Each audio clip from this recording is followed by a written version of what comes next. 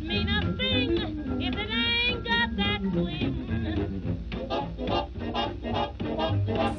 Hi, this is Johnny down in Tucson, Arizona. This is a continuation of our off-season drills and working on some fundamentals that's really going to help us this coming spring. Last few sessions we talked about putting and chipping. This day we're going to start getting into the full swing a little bit. First thing we want to go over is the grip. That's your only connection you have with this golf club, and so we need to have that fundamental down pretty well.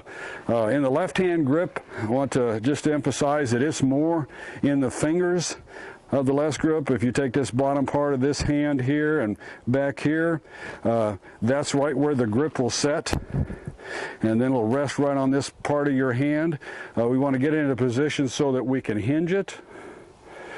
Since that's a big power source of the golf swing. A lot of times I see people just have it way too much in the arms and their hinge is working with their elbow, which doesn't work very well. So again, in the fingers of the left hand, more in the grip, rest on that palm.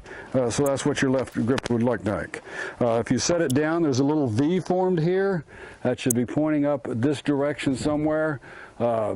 You know, as we get along with this, there could be some adjustments on that depending on how you're hitting it, but this is pretty basic and should be pointing over to this side.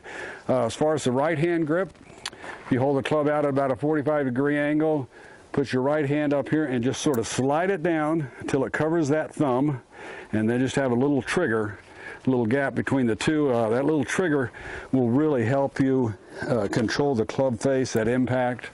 Again, don't want to keep it too much in the fingers, as this will cause us to let loose of it during the swing or on our backswing. So it's more down, cover that thumb with that lifeline, little trigger finger.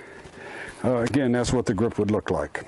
From there, you've got some choices whether you want to 10-finger it. This is a good grip for children, some people with a little less strength. You have the interlocking grip, which has been made famous by Nicklaus and Tiger Woods, and then you have the overlapping grip. So again, doesn't matter to me which one of these you use, what works best for you and really helps, but the main purpose in this grip is so we can get this hinging motion. This hinging motion is a lot of our power source.